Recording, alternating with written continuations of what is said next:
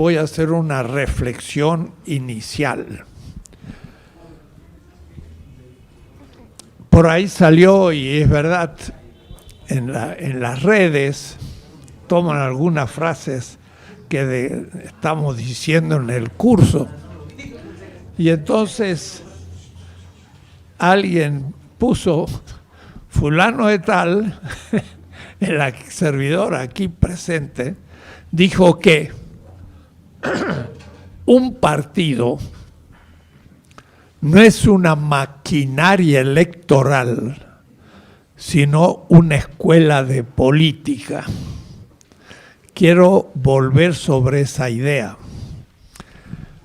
Un partido maquinaria electoral significa siempre hay elecciones próximas, aunque sean en los próximos 6 meses o en el próximo año, y entonces gente que pretende ser elegido, pero para ser elegido tiene que primero ser candidato, y para ser candidato tiene que lograr dentro del partido tener un apoyo, y bueno, eso es una maquinaria para elegir un delegado del partido que sea elegido como representante del pueblo para que gobierne. Pero lo que pasa es que ¿quién formó a ese candidato del partido que va a ser representante del pueblo en la línea del partido? Porque hay muchos partidos. ¿Y por qué hay muchos partidos? Yo creo que la idea de partido no es para nada inútil. Partido político es un grupo de gente que, conociendo su país, tiene un cierto proyecto de él. Piensa que el país es así, asá o de la otra manera. Y en el fondo, la gente elige representantes de esos proyectos. Claro, decimos esto es un partido de derecha. Pero ¿qué significa? Porque la derecha es muy ambigua. ¿Es un partido de centro o es un partido de izquierda? Hay muchos de izquierda. Miren, el Partido Comunista tradicional, aquel que desapareció en el año 1989, ya hace justo 89, 99, 9, 19. Hace 30 años desapareció. Y ese partido sabía lo que quería y entonces formaba a su gente a partir de un gran pensador como era Carlos Marx, Engels, Kautsky, y había toda una escuela. Y entonces los jóvenes podían leer, formarse y tener una idea. Desapareció el Partido Comunista en todo el mundo, porque desapareció la Unión Soviética. De paso, soviética eran las asociaciones de gobierno de las fábricas. Pues sí, los soviets eran algo muy interesante, y hablar de una república soviética era una república constituida fundamentalmente por agrupaciones de obreros. Eso era lo soviético. Desapareció. Y entonces la izquierda, ¿qué ideología, qué teoría estudia? Ninguna. Hace 30 años, ya un joven puede haber nacido en el 89 y tener ahora 30 años, y de izquierda pues no sabe nada, porque nadie le dio ninguna clase ni discutió en algún grupo de discusión teórica la cuestión.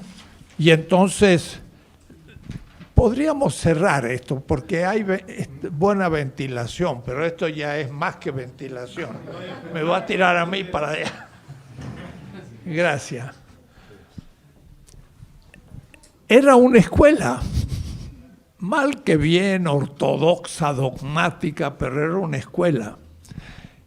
El PAN aún en los años 30 era un partido de oposición que no pensaba ocupar el gobierno porque era muy pequeño y ya el PRI con Lázaro Cárdenas era muy fuerte y por lo tanto en realidad tenían pocas ilusiones de gobernar, pero al menos tenían alguna ideología.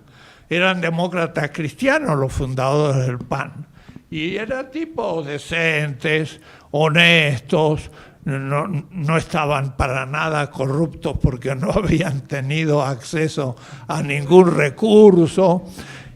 Ahí tenemos dos tipos de partidos que tenían algunas ideas de lo propio.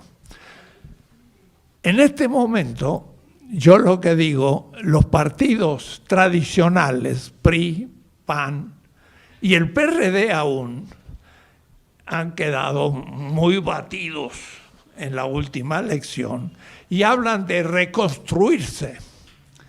Pero yo digo, ¿y reconstruirse en base a qué? ¿Cuál es la ideología del PRI? Si yo le pregunto a un priista del más alto nivel y popular, a ver, ¿cuál es la fisonomía de la democracia en el PRI?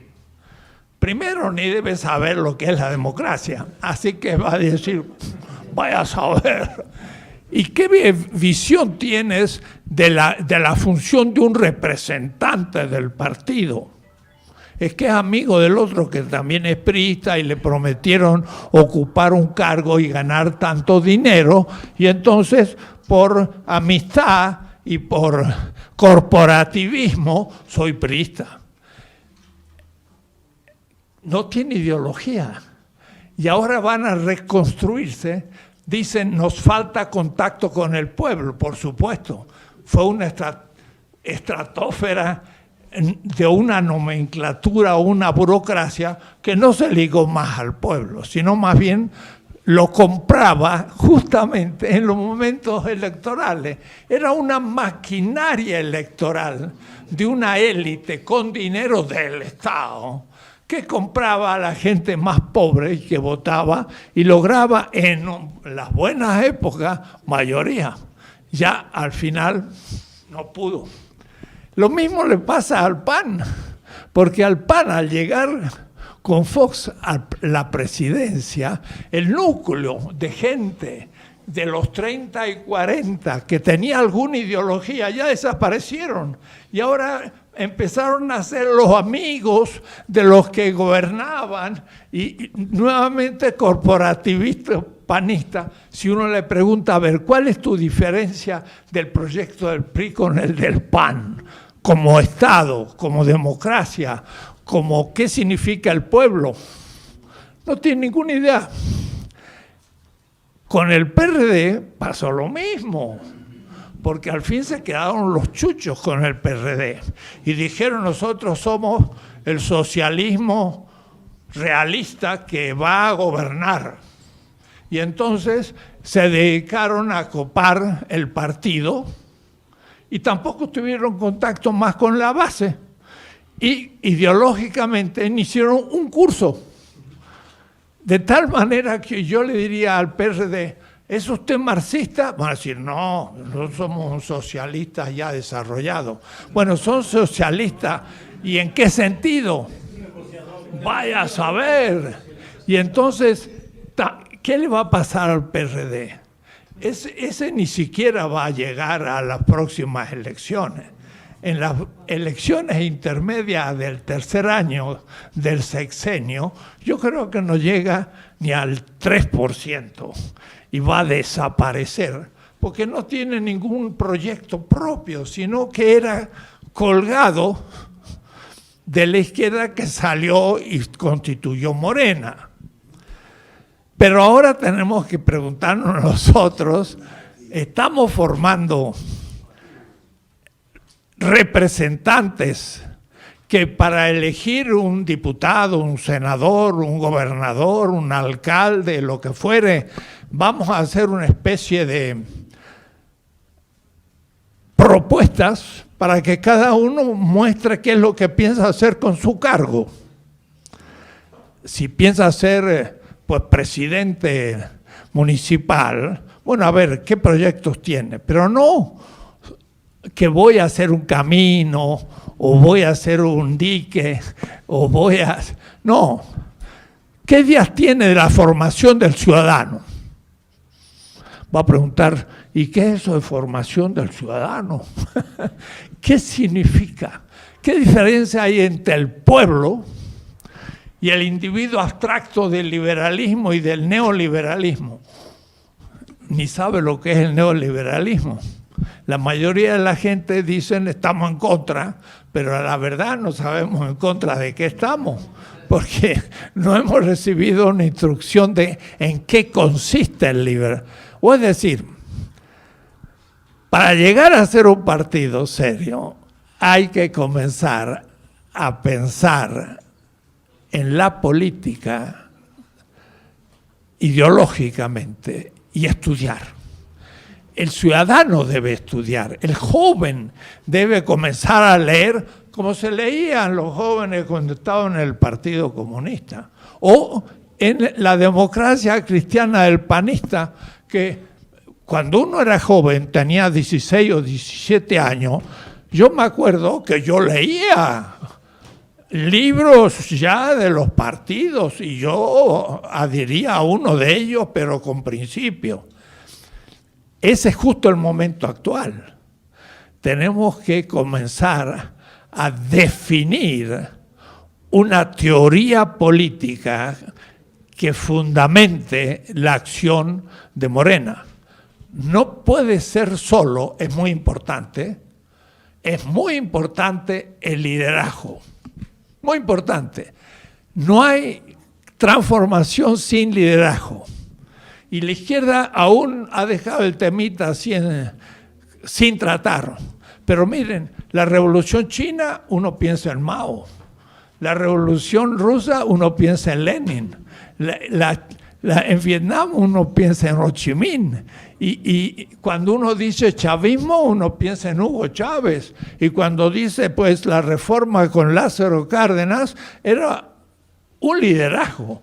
La política supone un pueblo, un partido que es gente más consciente, pero alguien que encarne simbólicamente ante el pueblo y el pueblo lo inviste de un cierto poder que no es simplemente algo tan simple. Hay todo un diálogo subliminal entre la persona que se transforma en el ideal de un pueblo.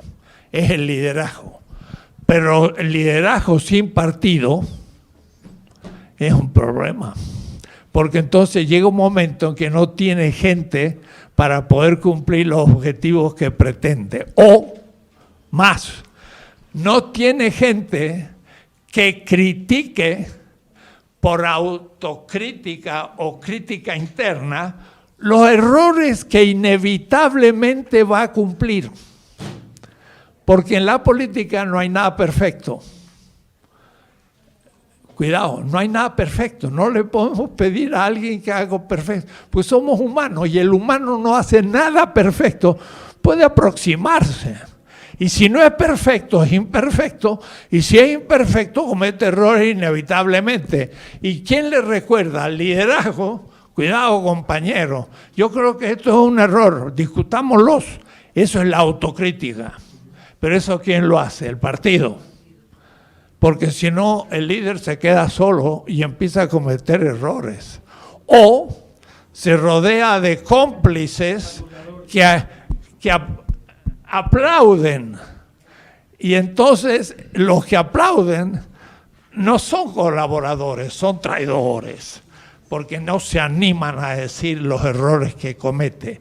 Y si un líder no tiene junto a sí grupo de gente honesta que le diga los errores, va a cometer muchos errores y se va a hundir al final. Eso es el partido. Entonces, tenemos que tomar muy en serio la formación de un partido.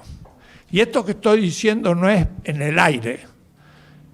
Del 1 de julio, ahora ya han pasado meses, pero en la cuestión de la formación no hemos hecho casi nada. Y la gente está entusiasmada de participar, pero no se organiza. Y hay recursos. Cuidado, tienen que ser recursos bien usados. En mi caso, yo doy mis clases y lo que haga en el futuro es ad honorem. No recibo un peso. Y no voy a recibir nunca. Soy profesor y ahí me pagan honestamente en la UAM y entonces no necesito ninguna. Lo hago gratis, pero hay otros que necesitan dedicarse al partido. Y bueno, hay fondos, pero no se usan. Y vamos a llegar a fin de año y lo vamos a devolver sin haberlo usado. Entonces yo digo, ¡tin! Toquemos la campana.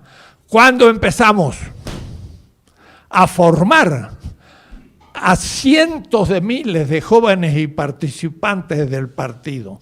Dice que hay 2 o 3 millones, podría haber 5. Y hay que formarlos, hay que darles ideas, tienen que leer. En el Fondo de Cultura Económica ahora se pueden publicar libros muy bien impresos y muy baratos. Está en manos del pueblo. Para eso han elegido muy bien a Paco Taibo, que escandaliza a alguna gente, pero Paco Taibo es un gran intelectual, un gran escritor y un investigador muy importante, pero que no le gusta el lenguaje fifí, sino que más bien usa el lenguaje del pueblo. Y entonces eso, algunos intelectuales dicen, no se tiene que hablar de esa manera. Debo decirles que yo no puedo hablar de esa manera. Hay que tener toda una experiencia, un arte, haber escuchado al pueblo muy bien para poder imitar al pueblo como lo hace el Paco Taibo. Pero el Fondo de Cultura tiene que ponerse a disposición del pueblo. Y mientras tanto, hay que ahora empezar proyectos.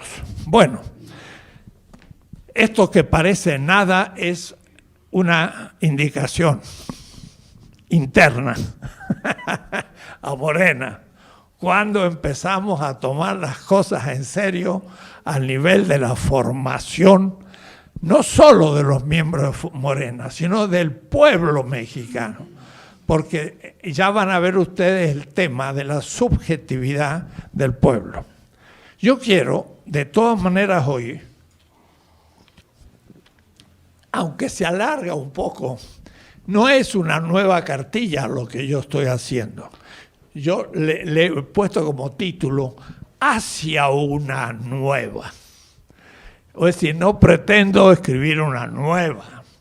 Quiero humildemente dar materiales para pensar una nueva cartilla, porque la de Alfonso Reyes es un poco viejita y ya no funciona. Entonces hay que hacer otra, pero yo no pretendo hacerla, sino es hacia materiales. Quiero repetir algo que ya hablé la vez pasada. Me parece muy importante y como en la próxima semana no hay clase porque nos toca la Semana Santa, este texto ya ahora sí se lo voy a dar a los compañeros para que pueda ponerse en el internet y ustedes puedan bajarlo y ya leer lo que he explicado y lo que voy a explicar hasta el fin de este primer curso. Y es lo que yo llamé las 3 constelaciones de la política. El texto que yo incluyo ahora, como es parte de un tomo, estoy terminando con un grupo de compañeros un tomo 3 de la política, son como 600 páginas, y como es tomo 3, los 3 tomos son como 1800 páginas. Ahí el que se ponga a leer eso puede dedicar todo el año, porque hay mucha cosa en ese libro. Entonces es toda una visión de la política, que yo creo que es justo la que necesita Morena, porque es abierta, no es ni extrema izquierda ni extrema derecha. ¿Se acuerdan aquellos que decían que no es ni de izquierda ni de derecha, sino todo lo contrario? Echeverría, no es eso así. Pero no es extrema izquierda y van a ver ustedes por qué. Las propuestas anarquistas y a veces trotskistas también. Y la derechista, que es la neoliberal es una propuesta de derecha que tiene un instituto, se llama el ITAM, y ahí formaron a los economistas del Estado mexicano hasta la caída. Y el candidato fue un profesor del ITAM, MIT, o MEAT, como le decían a algunos. y la palabra ya presta doble sentido, pero por eso lo digo mejor MIT, para que sea un inglés. Bueno, este tema está un poquito más complejo que los otros. Los otros he intentado escribir fácil comprensión. En este está un poquito más elevado, nombro un poquito más de autores. Es el tema que ya expliqué, pero que quiero volver, porque se habla de las 4 transformaciones. Las 4 transformaciones tuvieron cada una estas 3 constelaciones. Se fundó el momento primero y luego decayó. Entonces surgió la crítica a ese primero y entonces surgió un segundo. Pero este mismo volvió a decaer y se hizo la crítica al segundo y surgió el tercero. En la política hay momentos de estabilidad, diría yo, clásicos. Estados Unidos hizo su constitución allá en el siglo XVIII, 1776, y nunca la ha cambiado. Ha tenido mucha estabilidad. ¿Por qué? Bueno, en este libro de 3 tomos cuento la historia de Estados Unidos y muestro por qué tuvo estabilidad. No lo puedo explicar ahora. Nosotros nunca hemos tenido estabilidad. Hemos venido a los tropiezos. Y por eso es la 4ª. Mientras que Estados Unidos no tiene una segunda transformación. Es la primera que ahora está entrando en crisis. Quizás en el próximo futuro pasarán a la segunda transformación. ¿Cuál es la idea que está detrás de esto? Que en la política es muy difícil definir los términos, porque como hay un desarrollo, en ese desarrollo un concepto adquiere un nuevo sentido. Diríamos, el ser humano es niño, es adolescente, es adulto. Y si yo atribuyo las cualidades del niño al ser humano, me falla cuando es adolescente o adulto. Pero si yo pienso que todos son adultos, pues el niño no se siente expresado. Hay que ponerse en cada momento y ir explicando las cosas. Y esto permite sortear muchos problemas en el nivel teórico. Si la idea es esto, que los participantes de la escuela, Carlos o Michostli, se lleguen a formar políticamente, tengan ideas claras sobre las articulaciones fundamentales de la política, que no se las cuenten, que ya la adopte personalmente a partir de lecturas y de cursos y elevar el nivel de formación política de un pueblo. No sabemos ni el ABC, porque no hay ninguna clase, ni en la primaria, ni en la secundaria, ni en la prepa, y hasta en la universidad, que enseña estas cosas. En ciencia política muchas veces tampoco, como carrera universitaria, porque se meten a estudiar a Max Weber, un autor alemán muy importante, pero da la casualidad que Max Weber vale solo para la primera constelación, pero en la segunda y tercera la embarra, entonces no sirve tampoco. Estamos criticando a los grandes clásicos de la política. Y ustedes podrían entonces empezar a entender algo ya bastante digerido, pero que les va a permitir orientación en la política actual y futura. Porque un proceso puede decaer. Miren los pobres venezolanos.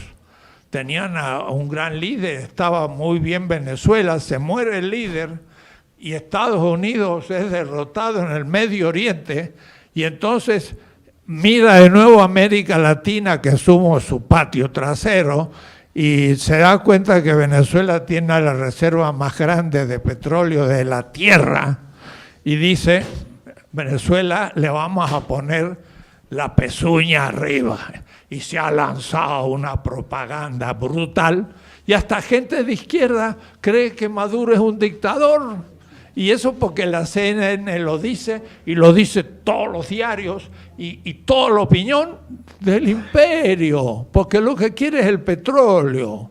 Y entonces hay que estar formado para poder decir un momento, las cosas son distintas que lo que una prensa norteamericana y hasta europea.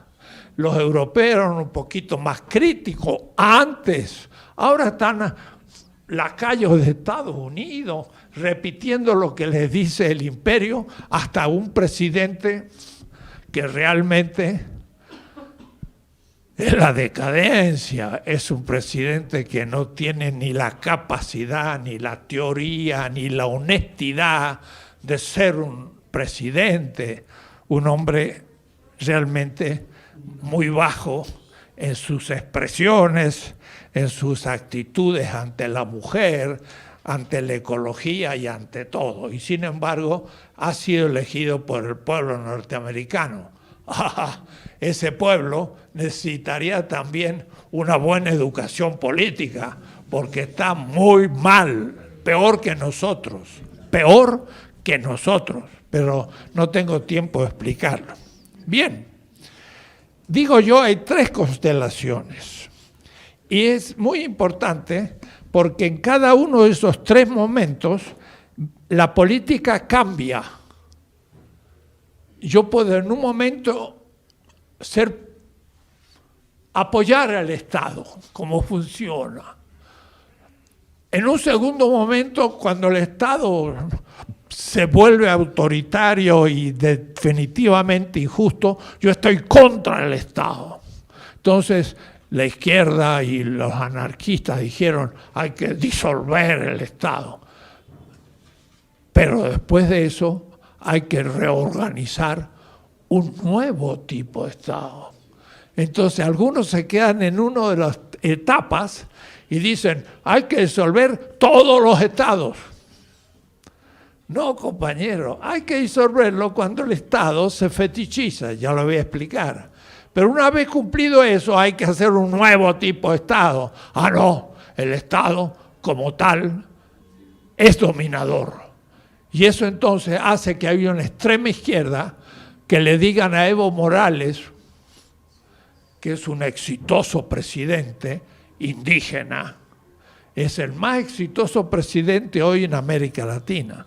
Ha logrado 10 veces multiplicar los recursos de un Estado que distribuye la riqueza con el pueblo indígena, porque en Bolivia el 70% son indígenas aymara, que hablan aymara y que viven en el campo.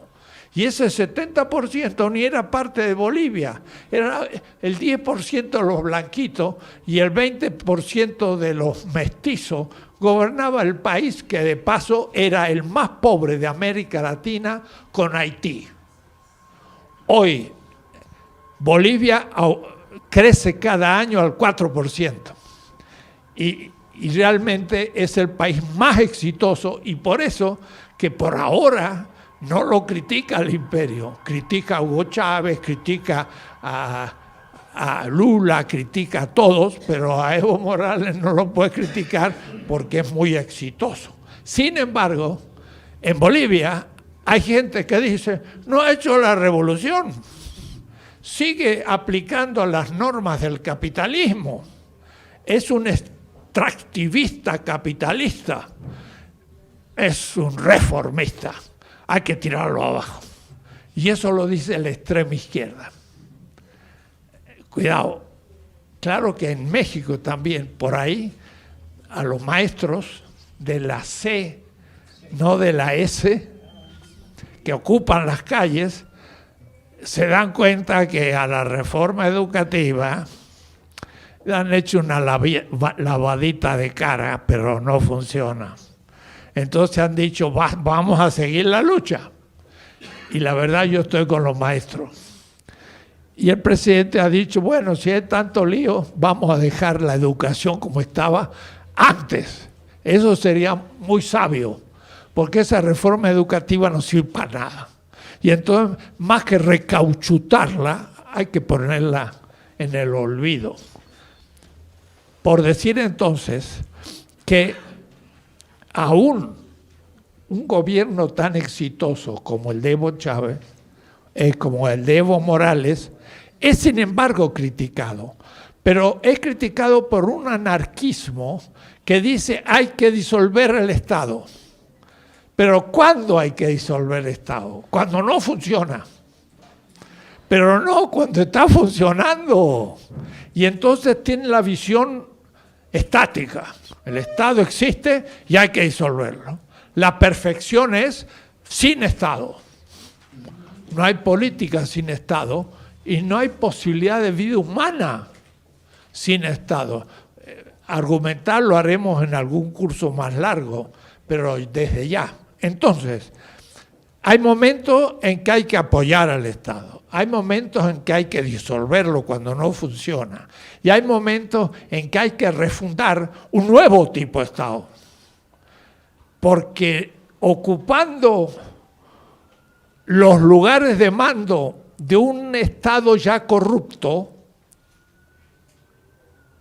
es peligroso, porque la corrupción me va a contaminar. Hay que cambiar el tipo de Estado. Hay que saber qué es un Estado, cómo está organizado, por qué el Estado que surgió en la Revolución de 1910 terminó de corromperse con el PRI y Peña Nieto. ¿Por qué? Y hay que saber qué es lo corrupto de ese Estado. Y hay que hacer un nuevo Estado, no simplemente ocupando con gente honesta. Porque una persona honesta en una institución corrupta se corrompe al final. Hay que cambiar la institución. Significa, hay que hacer otro Estado. Entonces tenemos que discutir qué es el Estado, cuál era el Estado de la tercera transformación y cómo debe ser el Estado en la cuarta. Y eso hay que discutirlo, hay que llegar a consenso y tiene que ser parte de la ideología del partido y que todos los que van a ser representantes sepan de qué se trata el nuevo Estado que vamos a hacer.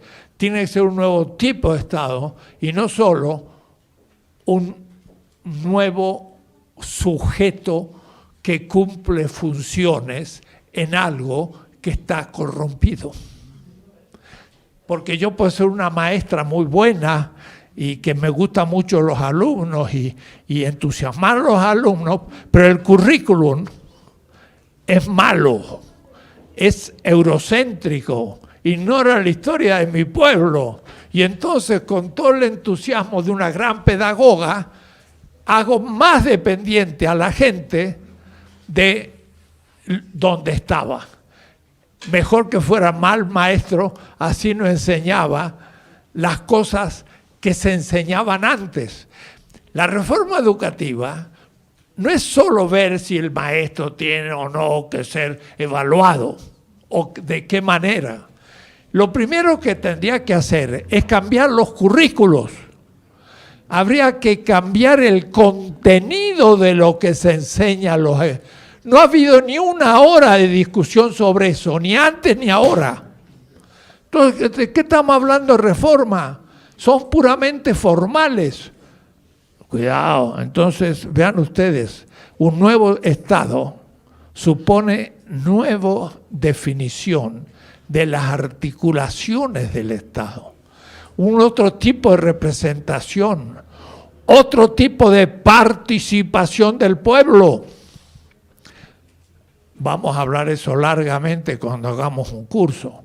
El pueblo no participa por encuestas, ni siquiera por votaciones.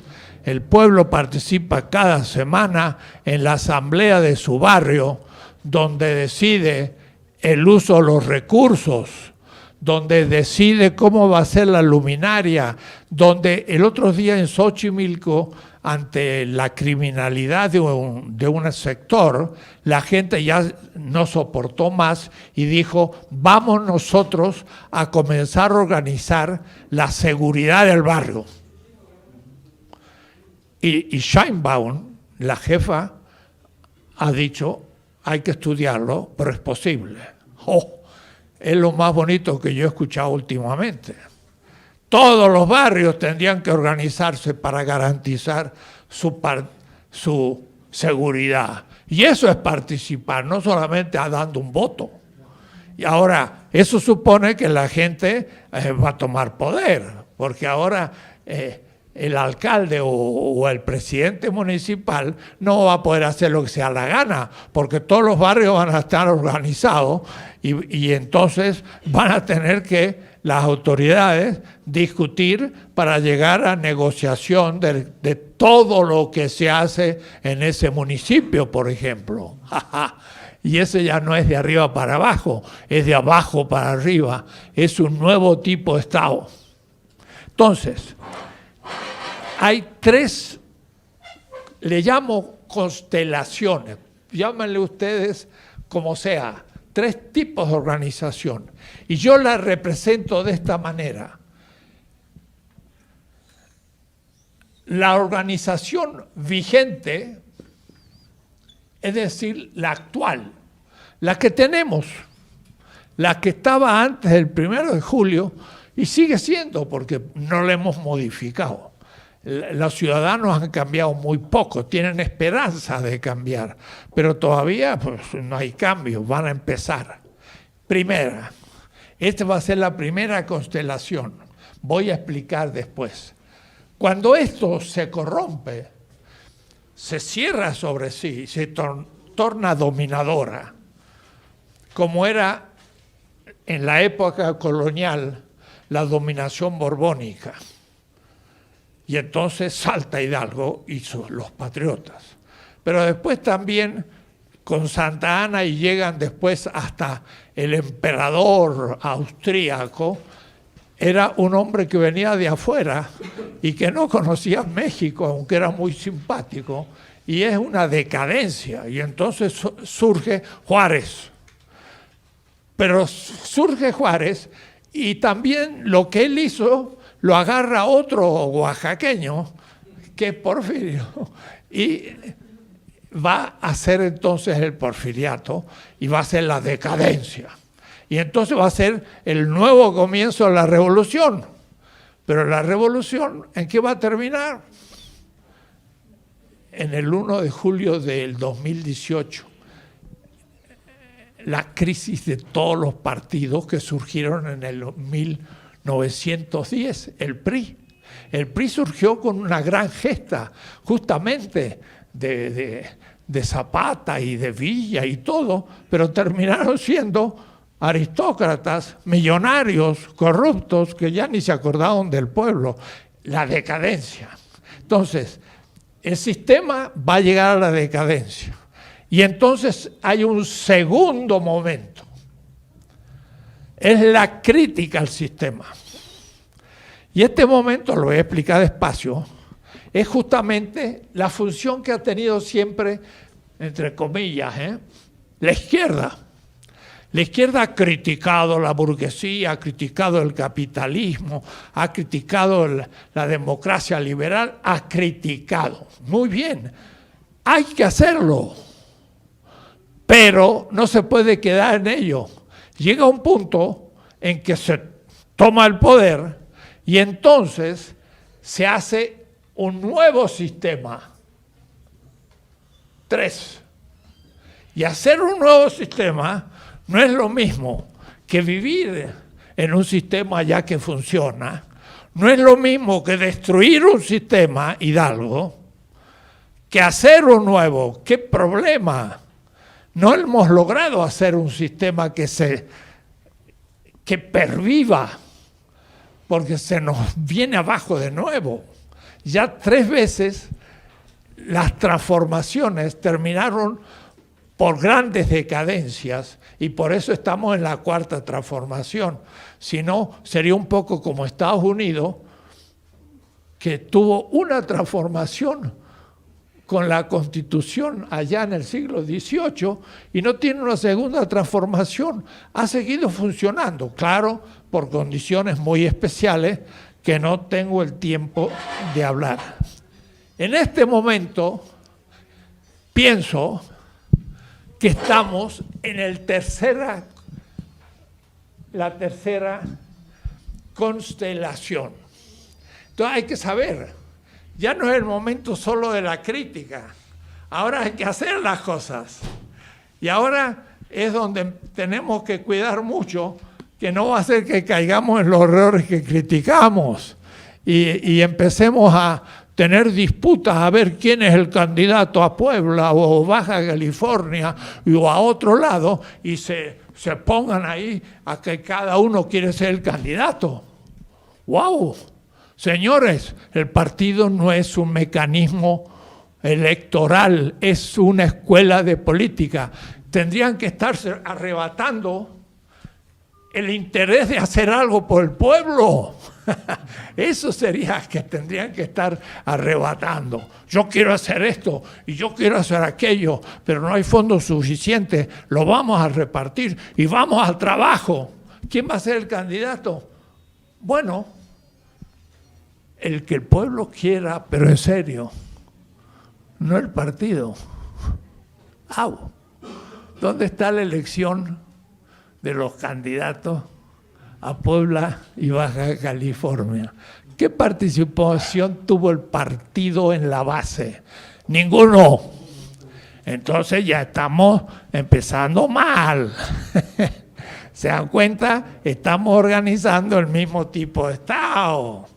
Que sean buenos y no roben, muy bien, pero pueden ser buenones y no robar, y cumpliendo las mismas funciones, el Estado no va a funcionar porque empezó, en fin. ¿Se dan cuenta? Entonces, el momento que estamos 3, pero en cualquier momento puede entrar la decadencia. Y entonces hay que tener algo muy claro, que para mí se me vuelve ahora más fuerte, es la autocrítica. La autocrítica no va a ser que cuando terminemos el sexenio nos preguntemos los errores que cometimos, porque ya va a ser tarde. Hay que hacerlo continuamente. Y tiene que establecerse un espíritu de autocrítica, donde la gente pueda criticar, se discuta y se cambie el rumbo cuando sea necesario. Y entonces se corrigen los errores. Porque el 3 es lo más difícil. Vivir un sistema estable como el norteamericano, bueno, tienen que hacer lo que hacen los demás. 1. Criticar y estar en contra no es fácil. Hasta le va la vida, lo pueden matar. Pero está claro, yo estoy en contra del mal y soy una persona honesta y cumplo bien lo que tengo que hacer. Es peligroso, pero es claro. En cambio, organizar un nuevo sistema es la política propiamente dicha y es lo más difícil. Eso es lo que nos toca ahora. Entonces, por eso es importante saber los 3 momentos para que cuando alguno critique, decirle, mira compañero, ya no estamos en un sistema estable. Tampoco estamos por destruir el sistema, porque en principio ya hemos logrado ejercer parte del poder. Entonces ahora toca, arremángate y ponte a trabajar y déjate de críticas. Cuidado, la crítica sí, la autocrítica sí, pero dentro de una comunidad en donde se sepa poner la crítica, que no es destructiva para liquidar al otro, sino que es de confraternidad para ayudar al otro y al partido y al pueblo, y no es para destruir, sino para construir. Empiezo entonces el tema. Y por ahí voy a leer hoy.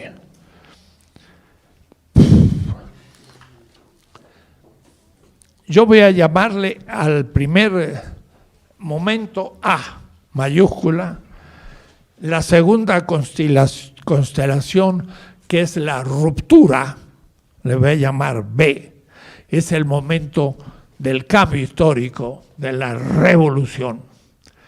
1810, Hidalgo, ese es el momento segundo. Y tercero, la construcción, es la creación de lo nuevo. El primer momento o constelación se inicia por un primer acontecimiento, el originario del orden político. Este tema del acontecimiento es un tema largamente expuesto por un autor de ciencia política y tiene una gran bibliografía. Es un acontecimiento fundacional. Es el momento en que Hidalgo y antes Primo Verdad y Talamante y los patriotas se tienen que levantar contra el Imperio Español y tienen que sacar la cara. Y sacar la cara es peligroso, porque Hidalgo lo van a matar. Y muchas veces nos preguntamos en serio por qué lo mataron. ¿Por qué lo mataron a Hidalgo? Porque se levantó contra el orden decadente colonial. Y pudo haber traicionado y haber dicho, no, la verdad, me equivoqué, y entonces me perdonan y hubiera vuelto a Dolores. No, lo que hice, estoy convencido que lo haría de nuevo y por lo tanto lo asumo, que te matamos, me matan y lo matan. Y no solo eso, cortan su cabeza y la ponen en público. Es fantástico, México tiene un héroe del acontecimiento fundacional de la primera transformación único en la historia mundial. ¿Qué país tiene a su héroe fundacional que lo hayan matado y puesto su cabeza para que la gente se asuste de hacer lo mismo? Porque lo pusieron no de ahí para espectáculo, lo pusieron para decir, si tú haces lo mismo vas a también terminar ahí. Pensar Hidalgo es entender el 2. El segundo es levantarse contra el orden. Ahora estamos viviendo una situación especial en México, estamos como respirando, pero hemos vivido etapas más duras, y yo también, porque como yo he transitado por América Latina, pues yo he sufrido que me pusieran una bomba en mi casa. Bomba. ¡Pah! Me explotaron mi casa y mis libros salieron a la calle. Y a veces yo agarro un libro y le digo a los alumnos, ah, mira, está roto. La bomba. Yo no hablo de oídas, hablo de primera persona. Me echaron de la universidad y de mi país. Por eso vine a México en el exilio. Pero entrando a México encontré que estaba como con la dictadura militar en Argentina, estaba el PRI. Pero, claro, algunos me dijo, el PRI no te hizo ningún mal. Y yo le digo, estoy de acuerdo. ¿Por qué? Porque me permitió cumplir con mis principios, pero el PRI me utilizaba. Yo era la izquierda que el PRI no tenía para parar a su derecha. Y entonces yo jugaba de izquierda, porque estoy convencido, y entonces el PRI me dejaba, me daba libertad, así paraba a su derecha, pero me utilizaba, y yo sabía, pero en fin, viví en México, pero era peligroso, y era ser minoría, y estar siempre ahí, dejado en segundo lugar. Había los grandes y los condenados, y yo estaba entre ellos. De pronto ahora cambió la cosa. Ahora desde el 1 de julio, lo que uno pensaba, ahora funciona. Y ahora ya lo que estoy diciendo ya no es para criticar el sistema, sino para fundamentar la construcción del nuevo sistema. Hemos cambiado. Pero cuidado, hay otros lugares que es justo lo contrario.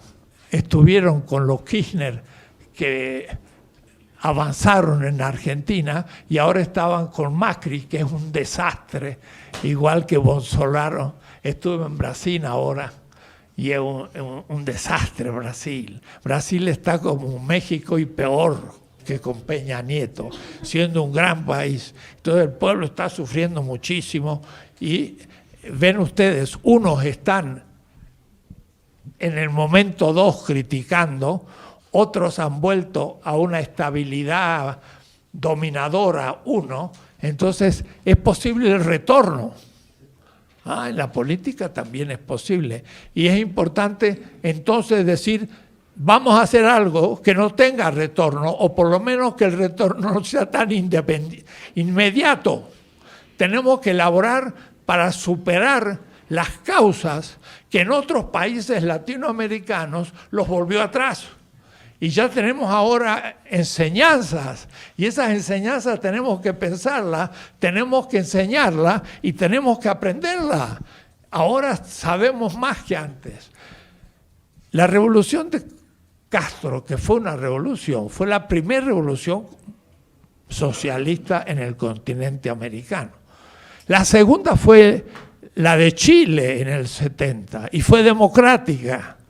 La primera casi en el mundo, que fue una revolución anticapitalista democrática. Después vinieron los sandinistas, la tercera, y esa fue una revolución triunfante, excelente. Empezaron a modificar Nicaragua maravillosamente y el imperio vio la peligrosidad, les creó a los contras y paró la revolución nicaragüense con 100.000 hombres ahí en Honduras atacando la revolución. La gente al fin no aguantó más y el sandinismo cayó. Y Ortega, que era uno de los comandantes, ahora es un dictadorzuelo del tipo de Somoza. Es una vergüenza, pero miren a qué punto un comandante sandinista se ha vuelto un dictadorzuelo. Porque no les voy a contar el tema de Nicaragua porque lo conozco mucho. Y después viene el farabundo Martí y después viene ya el momento de Hugo Chávez en el 99, que comienza un verdadero proceso extraordinario. Evo Morales en Bolivia, en Ecuador igualmente, y después en Argentina el kirchnerismo, Lula, el lulismo, y cambió toda América Latina.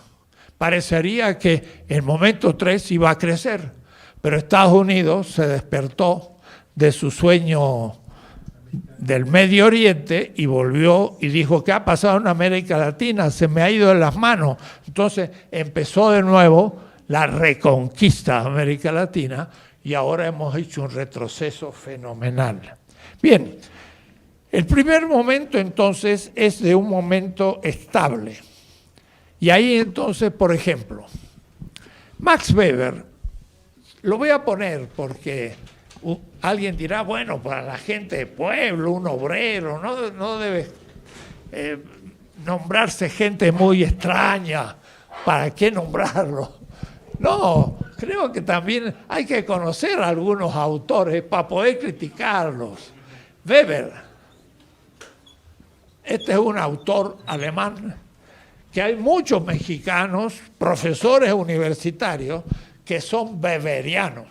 Es decir, en México hay gente que repite Weber, y al criticar yo, estoy criticando a muchísimos colegas. Weber dice, el poder es una dominación legítima ante obedientes. Tiene poder el que domina,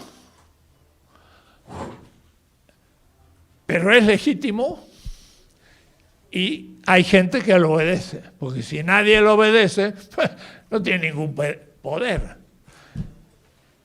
Esa definición de poder es justamente lo que yo voy a criticar radicalmente. Si el poder es dominación, no me interesa el poder. Y si el poder es la esencia de la política, a tal lugar la política. Porque si la política es dominación, hay que ser dominador. Y el dominador ya está corrupto. Y ya, ¿cómo voy a hablar de ética a alguien que es dominador? Si el presidente es dominador, pues me parece muy mal y voy a luchar contra él, porque habrá algún dominado. Es la voluntad de poder de Nietzsche. Fin. Estoy en contra de Weber. Y justamente en Estados Unidos, ante un grupo de 50 profesores universitarios en inglés, en Binghamton, con el profesor Wallerstein, yo les dije a todo un grupo contra la izquierda que acepta que el poder es dominación legítima, yo voy a decir que estoy en desacuerdo. El poder, dijo Andrés Manuel, el poder es una noble, la política es un noble oficio. Y en mi librito 20 tesis de política, está publicado en inglés, en alemán, en francés, en gallego, en muchas lenguas, hasta en sudcoreano. Pues si no crean que esto es del barrio, esto es mundial. Entonces, yo digo, el poder no es dominación, sino es algo muy distinto. Miren qué importante es que lo escuchen todos los miembros de un partido que quieren ser dirigentes del partido. Compañero, ¿quieres ser dirigente? Ya has escuchado de Max Weber y de la modernidad y en la Facultad de Ciencias Políticas de la UNAM y de todos lados que el poder es dominación, y va a decir sí. Bueno, entonces no puede ser miembro de Morena. ¿Cuál es la concepción del poder? Puede equivocarse el Frente Zapatista, puede equivocarse. En la política se puede uno equivocar, pero muchas veces tiene aciertos muy profundos. Los indígenas de Chiapas dijeron, a nosotros nos llegó una palabra, la democracia, famosa, liberal, moderna. Y entendimos que en la democracia los que mandan, mandan mandando. Es una expresión bellísima y notable. Entre nosotros, los mayas, los que mandan, mandan obedeciendo. Y cuando yo leí eso en el 2005, conociendo la historia de la filosofía de hace 5.000 años y la política, desde la Mesopotamia, el Egipto, griega, Roma, toda la modernidad, Alemania y todo lo que ustedes quieran, nunca nadie había dicho una cosa parecida. El poder es el ejercicio de un mandar obedeciendo. Nosotros nos reunimos, dice, los indígenas, y vamos a hacer un camino. Ay, tal cual. Ahora podríamos decir, y nos han dicho hacer un tren. Y entonces nosotros decidimos cómo vamos a hacer el camino, en qué lado, cómo, y después elegimos a uno para que lo haga y dirija las obras. El que hace las obras ahora es el jefe. tú haces esto y tú haces lo otro y todos los demás colaboran y todo. Pero ese jefe obedece a la comunidad. Es un poder obediencial. Andrés Manuel lo dijo ya. Yo ejerzo un poder obediencial. Lo dijo en uno de sus discursos. Quiere decir que asumió esa definición de poder. Lo que pasa es que no tenemos conciencia que es una nueva definición de poder en la historia mundial de la política. Tenemos en América Latina la honra de tener un nuevo concepto de la política, que ni los europeos han tenido, ni la izquierda, ni Estados Unidos, ni nada. El poder obediencial. Entonces, Weber dice, el poder es ejercicio de dominación legítima ante obedientes. Yo digo, esa es exactamente la definición de el poder corrupto. Y es Weber, el más grande sociólogo alemán del siglo XX, que todos lo siguen. Y yo creo que alguien de Morena no puede seguir a Weber. Usted dice que el que manda, manda mandando. Nosotros decimos que los que mandan, mandan obedeciendo.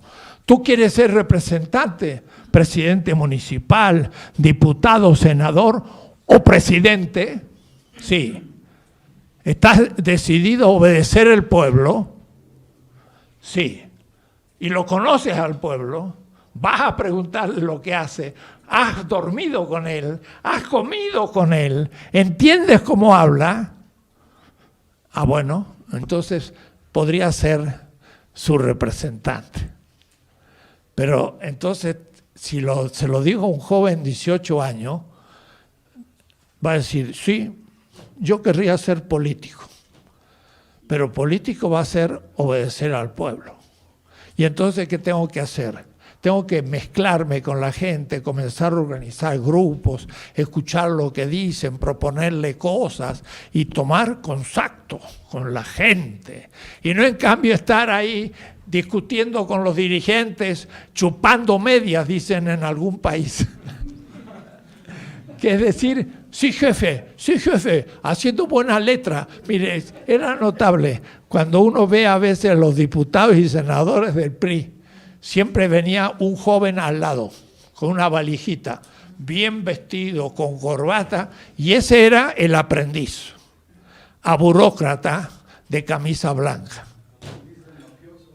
Los priistas ya sabían que para llegar a ser diputado había que prenderse a un diputado y llegar con él. La cuestión es estar bien encaramado en el árbol. Cuando más alto mejor, porque entonces tienen más contacto. Eso es mandar mandando. No, compañero. En Morena, los que van a ser dirigentes son los que tienen que meterse a trabajar con el pueblo, sacarse los zapatos y caminar en el barro y entender a la gente. El PRI ahora dice que se va a reformar y va a retomar contacto con la gente. ¿Cómo va a tomar si no tiene ningún hábito? En la revista Proceso salió esa foto de un joven de 23 años que en la Cholampa, ahí en Yucatán justamente, en la región, 23 años, está rodeado de indígenas y va en una pequeña lancha en un arroyo. Y tiene una cara muy simpática, 23 años, rodeado de indígenas. Se llamaba Andrés Manuel López Obrador. Ahí empezó. Y es el primer mexicano en la historia que se visitó todos los municipios del país. No hubo otro antes. Eso es. Ahora, cada uno tendría que hacer eso de los que piensen ser políticos. Entonces, hay ahí una manera de entender las cosas.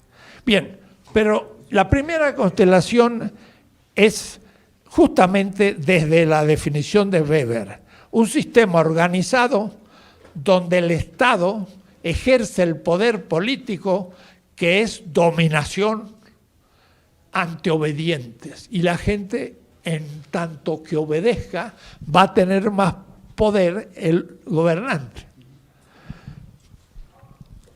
Eso es lo que, por ejemplo, Lenin, entonces decir, profesor, usted ahora me nombra un soviético. Sí, se lo voy a nombrar y le voy a leer cosas muy interesantes. Lenin, en septiembre de 1917, hace no tanto tiempo, 1 siglo y 2 años, pero era en septiembre, estaba escribiendo un libro, se llama El Estado y la Revolución, y hay que leerlo, si publicamos una colección de textos políticos que los jóvenes tengan que leer en el Fondo de Cultura, chiquito, que valga 10 pesos y que se pueda leer en el metro, un joven tendría que leer ese libro, El Estado y la Revolución, porque se daría cuenta que un político escribe un libro con una cantidad de citas y una cantidad de trabajo teórico, que era un gran teórico Lenin, no era alguien que hacía 2 o 3 cositas, era una persona que sabía pensar. Entonces estaba luchando contra el Estado zarista, era el primer constelación vigente, zarista. Era inicialmente capitalista, no del todo todavía Rusia. Entonces él escribe el Estado burgués zarista y cómo hay que luchar contra el Estado zarista y cómo hay que disolver el Estado.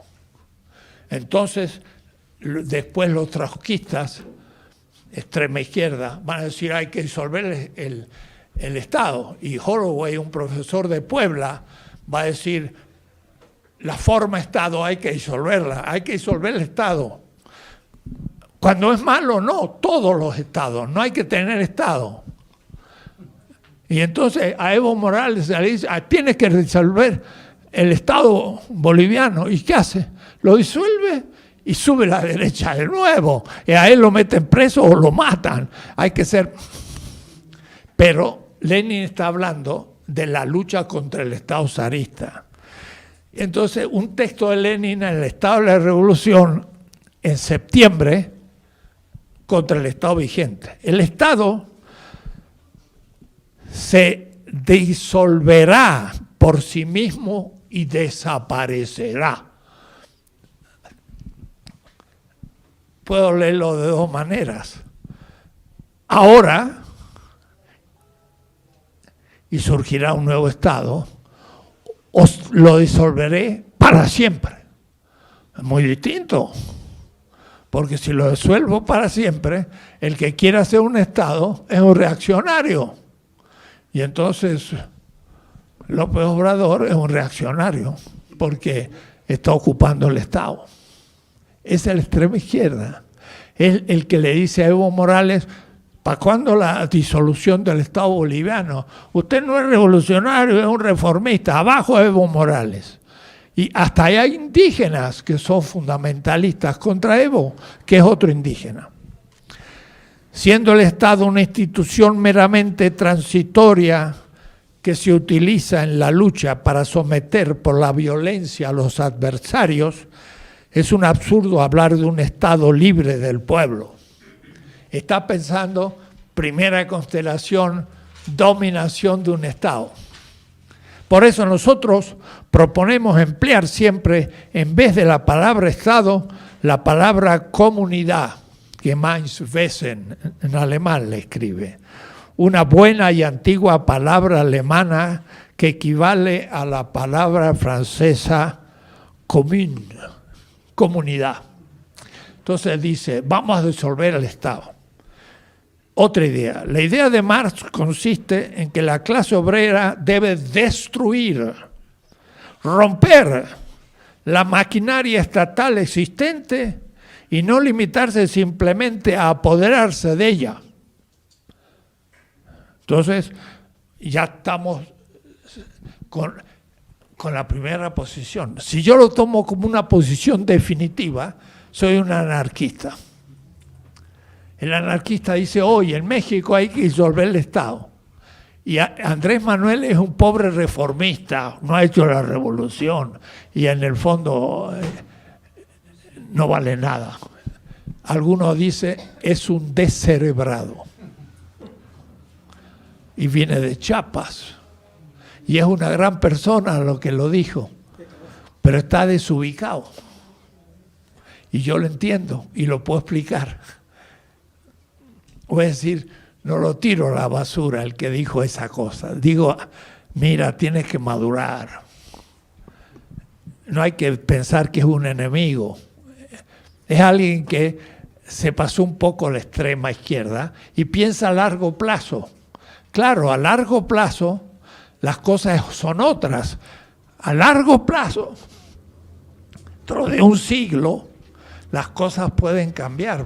Pero ahora hay que hablar en el corto plazo. ¿Qué hacemos?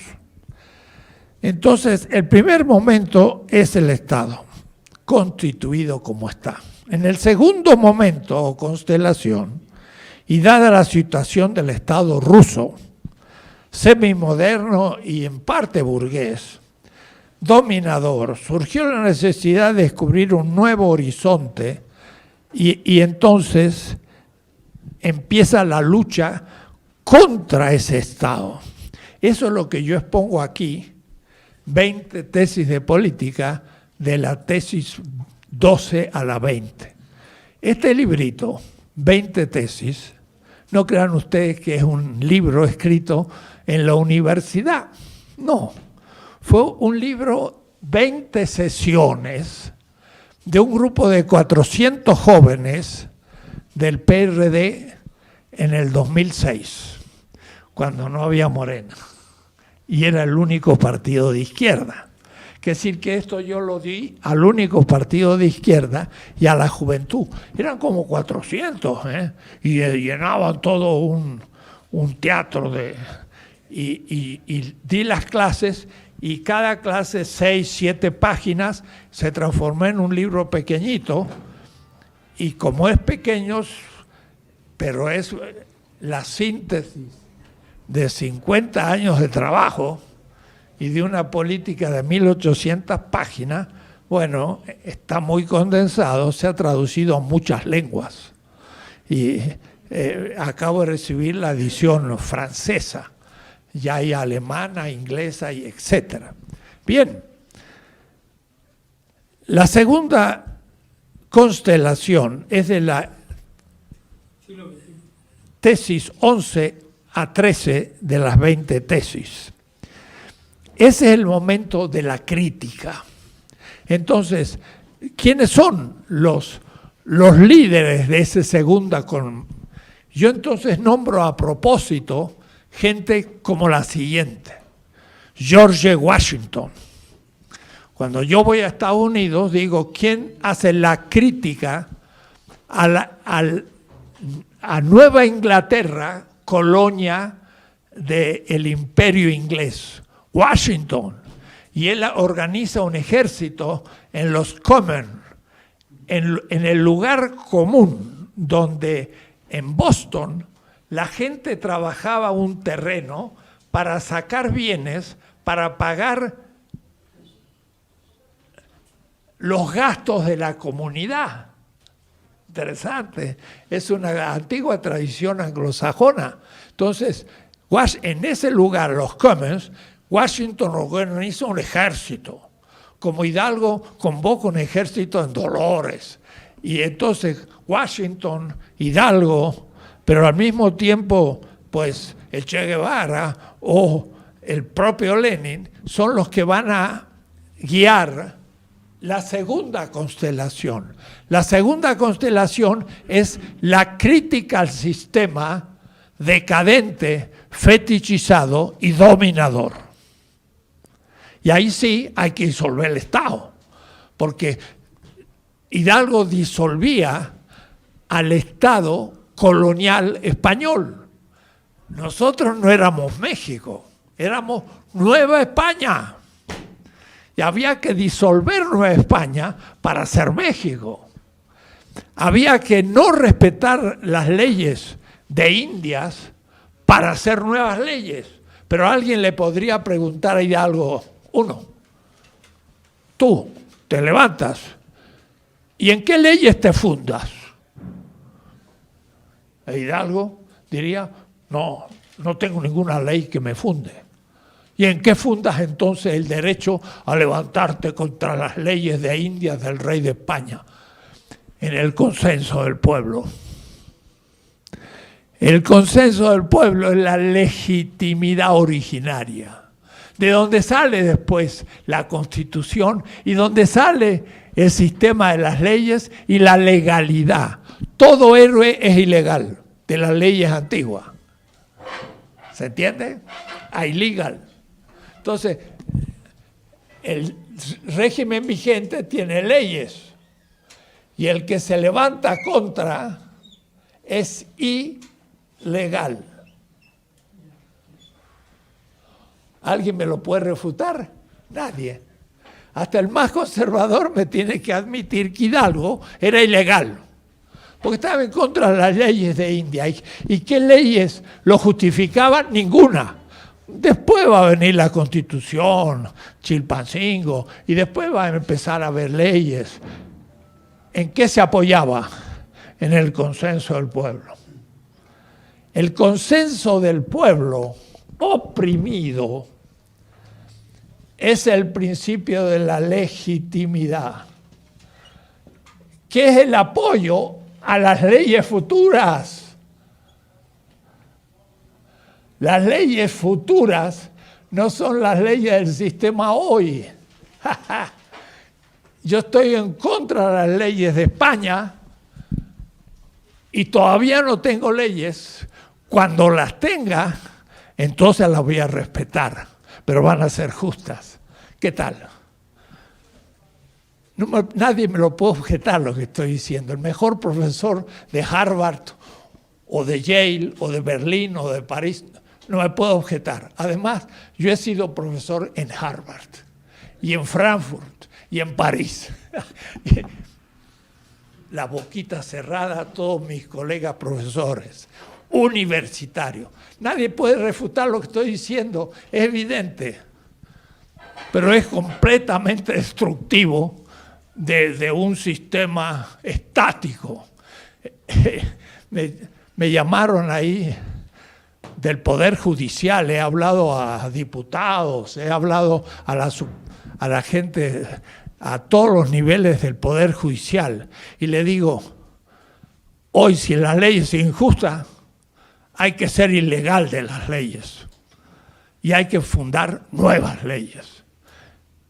Y los jueces, es evidente, nadie me puede negar, pero entonces es el momento. Segunda constelación, la negación, es el momento revolucionario, es el momento de cambio. El 1 de julio no ha sido violento, no ha habido lucha armada como en Cuba o en Nicaragua, ha sido democrático. Eso es una ventaja y una desventaja. Una ventaja porque no ha habido tanto sufrimiento y una desventaja porque la gente a veces no toma conciencia qué es lo que ha pasado. Y hay que irse haciendo tomar conciencia. Por eso la teoría. Entonces la teoría explica lo que nos está pasando. Entonces Lenin justamente apoya el proceso de la revolución. La revolución va a ser el 25 de octubre. En septiembre estaba escribiendo El Estado y la Revolución y interrumpió y el libro no lo terminó porque entró a hacer la revolución. Mire qué notable. Dejó el libro El Estado y la Revolución porque entró a hacer la revolución. Y entonces lo dejó inconcluso al libro. Es una cosa maravillosa. es como la sinfonía inconclusa de Schubert. La dejó sin terminar porque hizo la revolución. Y fue el 25 de octubre que se levantó el destacamento de San Petersburgo, el 25 de octubre del 17, y entonces después se levantó Moscú y ¡bum!, saltó todo. Pero los mencheviques querían ir despacito, no enfrentar al zarismo, ni a la burguesía, ni a nadie. Lenin no. Lenin dijo, hay que apretar el paso. Y tiró abajo el zarismo, y tiró abajo la burguesía, e hizo una revolución, la más importante del siglo XX. Entonces, Lenin escribe sobre la revolución. Antes faltaba el empuje revolucionario en todo el pueblo. Nuestro triunfo es seguro, pues el pueblo está ya al borde de la desesperación y nosotros señalamos al pueblo entero la verdadera salida. Miren qué notable. No habla de clase, no habla de lucha de clases, como el marxismo, lucha de clases. No, habla del pueblo.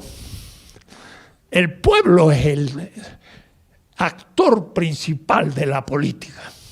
El pueblo mexicano, no la clase obrera. La clase obrera está en el pueblo y puede ser vanguardia, pero hoy para nada. Porque los pobres obreros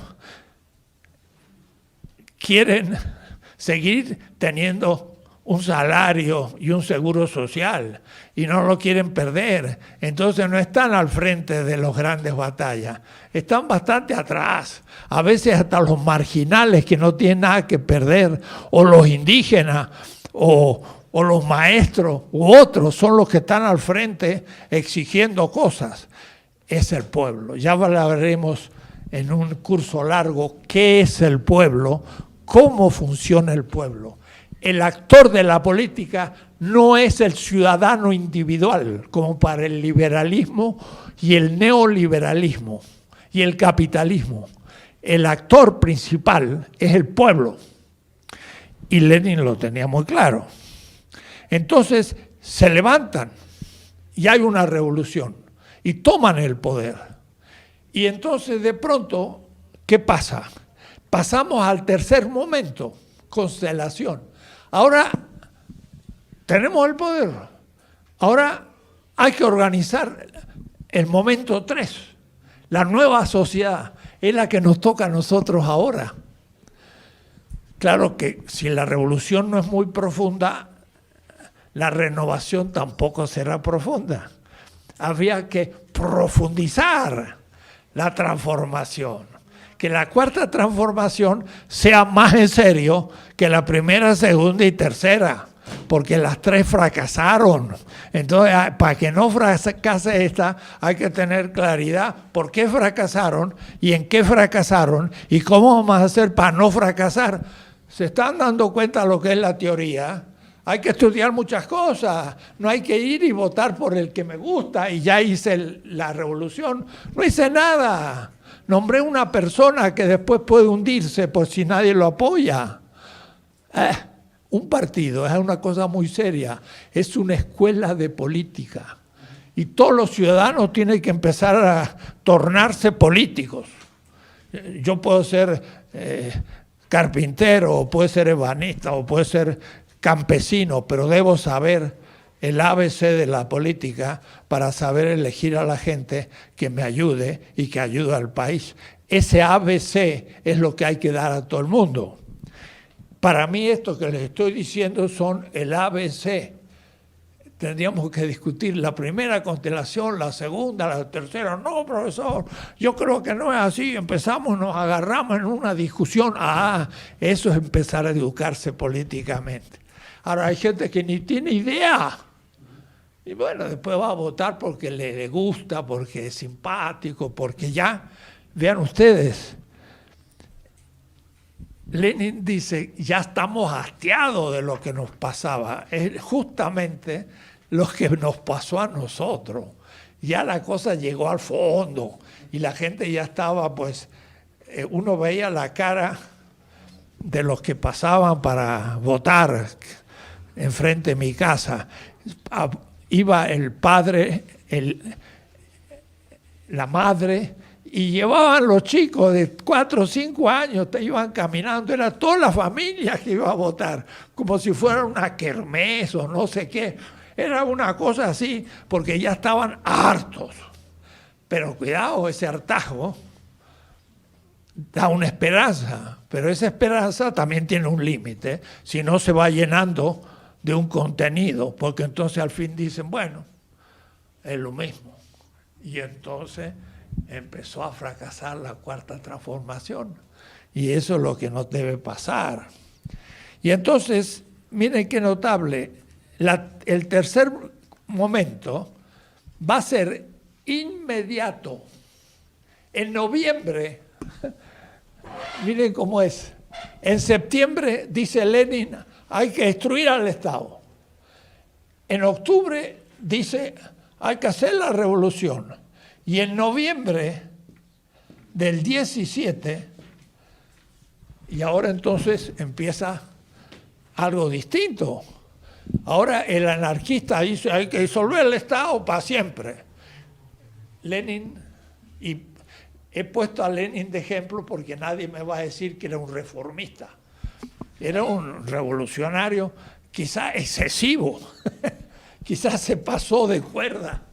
Entonces nadie me va a decir que era un reformista Lenin. Nosotros creemos, es un texto del 26 de octubre, el día siguiente del levantamiento de San Petersburgo, y va a ser Leningrado, se va a llamar. Nosotros creemos que la conciencia de las masas es la que determina la fortaleza del Estado.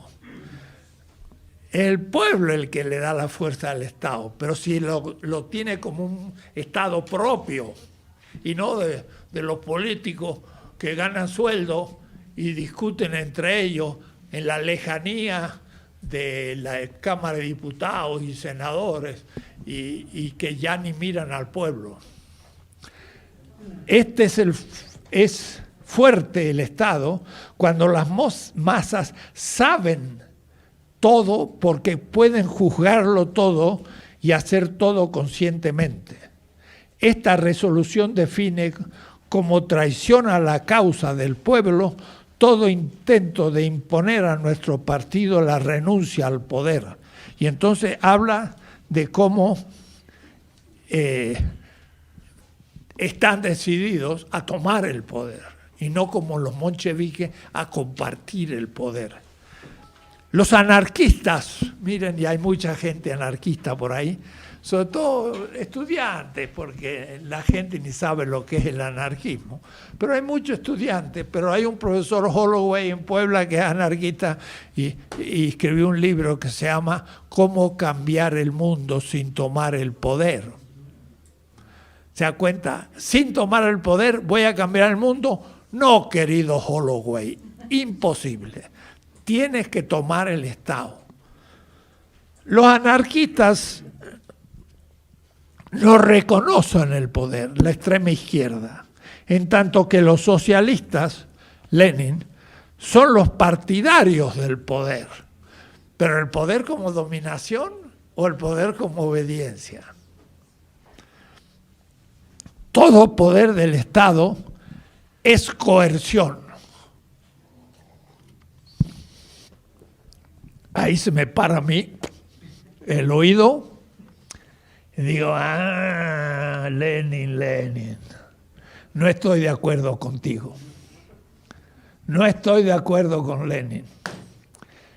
Y no les cuento que hay un gran vicepresidente en América Latina que piensa que el poder es coerción y no obediencia. Que es Max Weber. Claro que esto está ante Max Weber. Todos todo poder del Estado es coerción. Yo digo, no. Entonces ahí discutimos con Lenin. Esto después le va a llevar a hacer el socialismo real. Y le va a llevar también a que el socialismo real va a ser una nomenclatura burocrática que también se va a separar del pueblo y que se va a corromper. Y por eso va a caer en el 89. El socialismo real nació en 1921, pero no es el tema hoy. Pero ahí hay un problema teórico. Y uno de Morena no podría decir todo poder del Estado es coerción. Entonces yo coerciono, obligo. No, el poder es obediencial, no es coercitivo. Sigamos. Todo poder del Estado es coerción, mas hasta ahora ocurría que el poder era el poder de una minoría. O es decir, el poder de dominación era malo porque era de una minoría. Ahora va a ser dominación, pero va a ser de la mayoría. ¿Contra quién? ¿Contra la minoría? También. ¿Por qué? No hay necesidad que sea coerción. Hay que ir más a fondo, querido Lenin. Nosotros, en cambio, somos partidarios de un poder que será el poder firme de la mayoría. Ahora, tan firme que va a ser una dictadura del proletariado. Lo que pasa es que no van a ser los proletarios, porque ningún proletario va a ser miembro del partido del Comité Central. Va a ser la dictadura del Comité Central, que es una nomenclatura fetichizada y va a terminar por ni ser democrática ni ser económicamente eficaz. Y se va a caer la Unión Soviética en el 89 por errores históricos, el socialismo real. Entonces, ven, somos de izquierda, no sé, pero somos socialistas, tampoco sé. Porque no vaya a ser que el socialismo sea todavía moderno y todavía dominador y haya que ir a algo que sea más allá del socialismo, asumiendo todas las ventajas del socialismo, pero algo distinto. Entonces, acá tenemos que discutir cosas. Y los jóvenes, me dice sí, tienen que tener armas para poder defenderse de los compañeros y hacer entonces que el partido sea un partido serio, que sepa estas cosas. Es decir, saber lo que es un partido es decir, Lenin no tiene razón o tiene razón, discutamos. Algunos van a decir, ¿y quién es Lenin? Bueno, compañeros, ponte a leer un poco, porque si no, ¿cómo vas a hacerlo? Pero ya tiene el carnet del partido. ¿Por qué? Y porque un amigo lo llevó porque le podía conseguir un puesto de trabajo. Entonces ya empezamos corrompidos. Nuestra tarea consiste en hacer una definición del tipo soviético de Estado. Soviético era de las comisiones de obreros de las fábricas. Es decir, eran organizaciones obreras los que organizarían un Estado. Eso significa soviético. Por eso, me parece que la definición, y miren lo que dice, de un nuevo tipo de Estado. La constelación 1 es el poder vigente que se fetichiza y se vuelve dominador injusto. El momento 2 es destruir el sistema injusto. Y si no destruyo el sistema injusto, no puedo hacer lo nuevo. Si no destruyo la casa vieja, tengo un solo terreno, no puedo hacer la nueva casa, lo siento, pero tengo que destruir la casa para hacer la nueva. La 1 es la casa vieja, la 2 es la demolición de la casa, la 3 es la nueva casa. Por eso me parece que la definición de un nuevo tipo de Estado, entonces Lenin está por la disolución del Estado, pero contra el Estado dominador, y está por el Estado de nuevo tipo que hay que construir. Entonces está en contra del Estado y en favor del Estado, y es destructor del Estado. Pero en el tiempo se disuelve la cosa, porque esto es primero, esto es segundo y esto es tercero. No se dan los tres al mismo tiempo, se dan con el tiempo. Entonces el que es anarquista agarra el 2 y se queda en el 2. El que es conservador dice, lo actual está mal, pero está mejor de lo que me propones. Así que yo prefiero lo que conozco que lo que por conocer que va a ser peor. Y el que se propone una nueva sociedad tiene que hacer la crítica de la sociedad pasada, pero tiene que innovar las instituciones. Y por lo tanto, como dice Lenin, tiene que hacer un distinto tipo de Estado. Debe ocupar un lugar destacado en nuestro programa. ¡Qué bueno! Morena tiene que tener un programa en el que defina en qué consiste el nuevo Estado. No es solo luchar contra la corrupción, porque yo puedo luchar contra la corrupción dejando el tipo antiguo de Estado, pero ahora con austeridad republicana, pero del pasado. Tiene que ser la autoridad republicana de un nuevo tipo de Estado. ¿En qué consiste? El Estado actual es representativo. Elegimos representantes y ellos deciden. Y la participación está arreglada en la Constitución. Hay instituciones de participación. Sí, está el plebiscito, no hay, pero en Colombia está, en Venezuela está la encuesta, está la votación. No, pero eso son apenas dar una opinión. Esas no son instituciones. En la Constitución venezolana hay un cuarto poder: ejecutivo, legislativo, judicial y ciudadano. El poder ciudadano está organizado desde los barrios. Es el poder participativo, que después pasa a la comuna, pasa al municipio, llega al Estado y es un cuarto poder del Estado, y donde la participación es institucional. Ninguna democracia ha tenido eso. La Revolución Francesa propone un Estado representativo.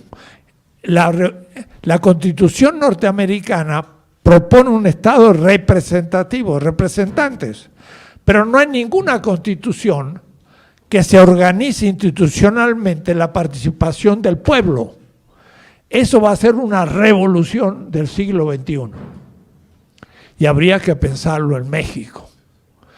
Tendría que el pueblo, participando, tener derecho a la propia seguridad, tener derecho a la gestión de un cierto patrimonio que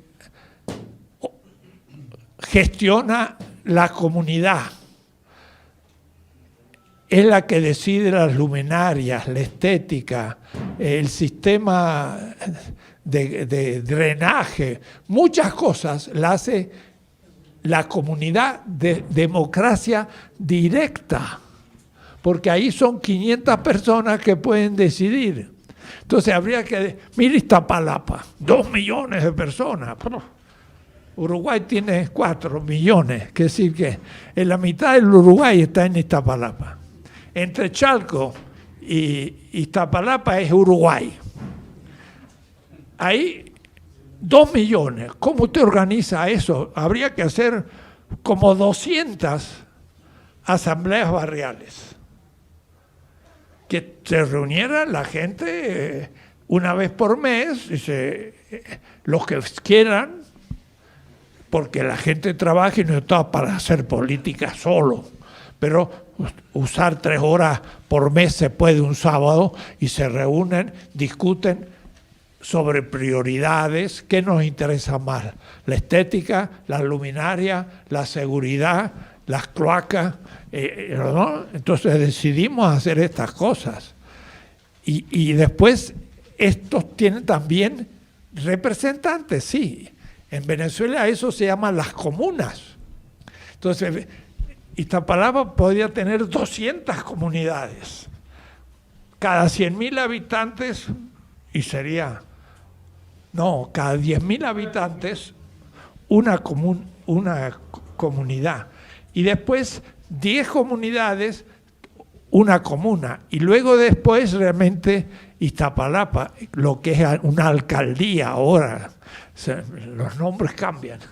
Y luego de las 12 alcaldías habría un poder ciudadano de abajo hacia arriba que puede interpelar a la jefa del Distrito Federal y a los delegados o los alcaldes de las alcaldías, porque estos representan al pueblo, y el otro son los representantes ejecutores. Entonces estos le pueden presentar qué es lo que necesitan. No que venga un candidato y diga, yo les propongo hacer la luminaria en el barrio. Guárdate tú las propuestas que tú tienes, ese es tu problema. Nosotros necesitamos tal y tal cosa. ¿Estás de acuerdo en hacerlo? ¿Sí? Ah, bueno. Y al primer año vamos a ver si lo hiciste. Y si no lo has hecho, te mandamos una auditoría. Y si no, justamente se le cambia al representante. Y eso es justamente lo que se está votando ahora, la posibilidad de que a los 3 años haya revocación del mandato. ¿Quién lo va a hacer? Esta organización de la participación de abajo hacia arriba.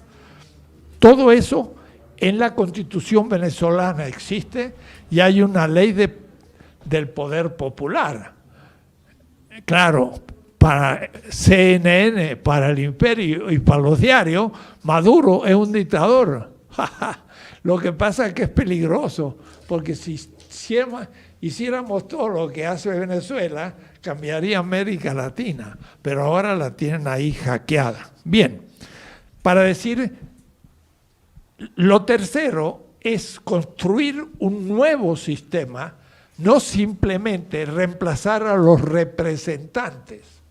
Haber ganado una elección es la condición de posibilidad, pero si no hay un cambio del tipo de Estado, no hemos hecho nada.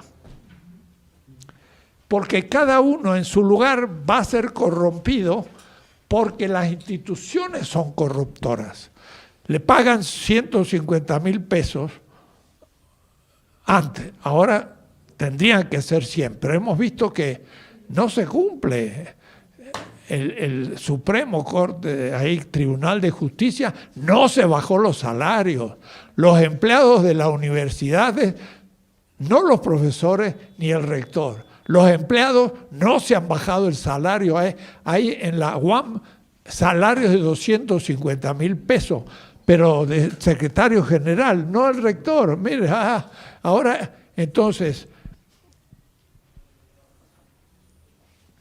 el sistema corrompe, aunque la persona que entre sea muy honesta. El solo hecho de recibir un salario tan alto, mucho más de lo que recibía, ya lo corrompe. ¿Por qué? Porque va a estar 6 años. ¿Y qué va a hacer después, en el 7º? ¿Va a volver a ser carpintero y ganar 20,000 pesos por mes, que ahora ha sido diputado? Ahora va a empezar a olfatear por todos lados dónde puede seguir siendo diputado, o esto o aquello, y va a formar parte de la clase política que lo único que le interesa es el salario y no lo que va a hacer. Está disponible a hacer lo que le pidan, pero por el mismo salario. Y no quiero nombrar gente porque los chapulines son muy frecuentes. ¿Se ampararon 15.000 o 20.000 para que no les bajen el salario? No, claro, tendrían que bajar, pero tampoco tanto, porque no podrían cumplir ni las funciones. Pero, digo yo, un Estado de un cierto tipo corrompe. Hay que crear un Estado de otro tipo, donde entonces sea posible.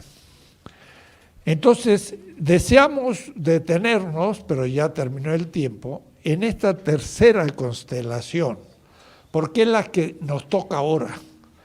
Todo lo que hay que hacer es entender bien cómo se hace una transformación lo más profunda posible. La mínima, mejor dicho, la apariencia de transformación es la reforma. Cambio algo para que no se me venga abajo todo el tinglado y para que sea lo mismo. Entonces, el reformista es el que cambia aparencialmente algo para que no cambie nada en el serio. La transformación es el que cambia realmente algo en vista de una profundización de la transformación. Pero eso no es una revolución. La revolución es cuando cambia la estructura del Estado y del sistema económico. No tenemos en el horizonte, en el tiempo próximo y a mediano plazo, una revolución. El asunto es que no sea una mera reforma, que sea una transformación que crezca. Y entonces ahí habrá que ver cómo es que se pueden ir cambiando las estructuras del Estado y el modo de hacer la política para que sea el proceso irreversible y no nos pase lo que está pasando en Argentina, en Chile, en Brasil, en Nicaragua, en todas partes. Y no creamos que nos vamos a salvar. La tentación será que esto al fin vuelva atrás y por lo tanto hay que usar mucho la inteligencia y la claridad para empezar a discutir la irreversibilidad de las reformas que se hagan. Y hablar de reformas, una mala palabra, transformaciones.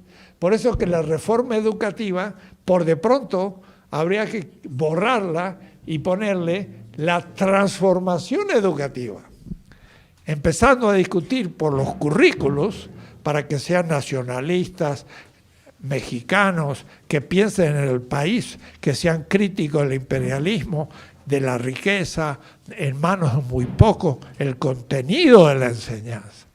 Y luego, sí, órganos, pero órganos que los maestros organizan, no los burócratas de una Secretaría de Educación, porque eso no tiene ninguna garantía de ser mejor que los maestros. Nunca han estado frente a los niños en la escuela. Entonces hacen las grandes reformas teóricas, pero eso no tiene nada que ver con lo que los pobres maestros enfrentan. Son los maestros los que tienen que hacer la reforma, pero eso con estudio, seminarios durante 1 o 2 años, llegar a conclusiones discutidas, y no que de arriba para abajo le proponga una reformista, formal, educativa. Eso no puede ser. Bien, ese era un poco el tema que yo quería tratar, porque es como el fondo que nos ubica en qué momento nos encontramos del proceso político. Estamos en la tercera constelación. La creación de un nuevo sistema, que será más o menos profundo según la intención que tengan los gobernantes y el pueblo, y según la preparación que pueda tener también el pueblo para exigir reformas más profundas, para que sean irreversibles. y pensar qué se hace para que si se vuelve atrás, no, me he formulado mal, y comenzar a pensar que no se debe volver atrás, porque ahora tendríamos ya que tener conciencia y discutir lo que discutiríamos cuando hubiéramos fracasado al final del proceso. Y ahora preguntarnos en qué estamos fallando y tenemos que corregirnos. Y por eso que la autocrítica, la autocrítica es fundamental. Y es un capítulo mayor de la política y de un partido. El partido debe tener internamente una fuerte autocrítica y no egos que quieren ya desde ahora pensar, maniobrar para ser el próximo candidato a presidente. Y ustedes dirán, ¿cómo puede ser? Sí, señores, hay algunos que ya están soñando con eso desde ahora. A eso habría que hacer la cruz públicamente y decir, usted no será porque quiere serlo. Porque el próximo candidato estará investido por el pueblo y no será un manejo burocrático de las camisas blancas. Pero ya yo podría empezar a dar nombres de gente que se está moviendo en vista de los 6 años. Eso ya es la corrupción. Y entonces hay algunos que ya están apoyándolo para hacerlos grandes cuando venga ese momento. Eso no es política, eso es corrupción. Y entonces, si eso se dice y se explica bien,